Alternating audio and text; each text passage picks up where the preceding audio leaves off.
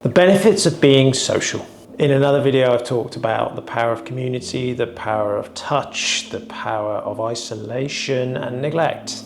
And so the opposite, of course, would be to be in contact at many, many levels. Sadly, we have, almost epidemic levels of loneliness, particularly in the elderly, but increasingly not in the elderly. We have more and more people living alone. When people live alone, there's nothing wrong with living alone, that's fine, but do you have a friendship group?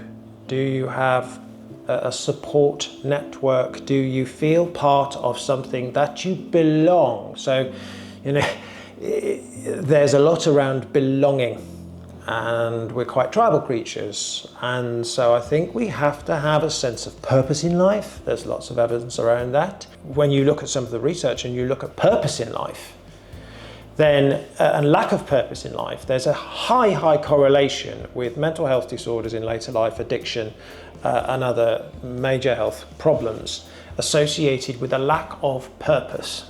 And our purpose can very often be connected to our place in a society and within a family.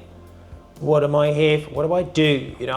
Many of my patients that know me well will say, look, I've been in Wokingham for 30 years now, and I feel like I fulfill a role in this community, and it warms me. I joke about it. It takes me about half an hour to buy a pint of milk in Waitrose, because it's like, oh, hello, how are you? And how's your shoulder? And so I like that, yeah?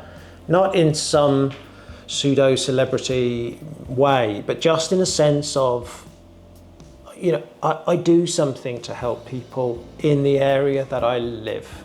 And that is my purpose, is one of my purposes in life. And I have lots of other purposes as a father and a husband and a colleague and lots of other labels that I have. But I have a reason. I'm on this planet and I have a reason to be. The physical proximity to others, to relate with one and other, I think is a very, very primal thing. The ability to relate and to feel secure in relationship and to have support of another is at so many levels, psychologically, developmentally, and of course epigenetically and physiologically. The responses are fairly well known and established in the literature. We can have heartache, we can feel loneliness, that negativity, and sometimes that gets too much and we need others around us. Sometimes to bounce things off and just to not feel alone. Some of this is so almost unidentifiable, but we somehow know it. And the literature bears out exactly how it happens and what happens in the physiology, and the fact that there's more Alzheimer's associated with people who suffer loneliness and all sorts of things. So the physiology and the statistics in terms of correlation are there. Exactly how it happens, we're not entirely sure. We have lots of theories about it. But it makes sense. We all have friendship groups and we can feel pain if we're very alone. We know about our elderly and when they're alone, and the demise that takes place. We've probably all seen it in our family and friends and relatives, that if somebody's suddenly alone or bereaved and they're feeling lonely over the winter, then actually their health starts to suffer, and we can all witness that.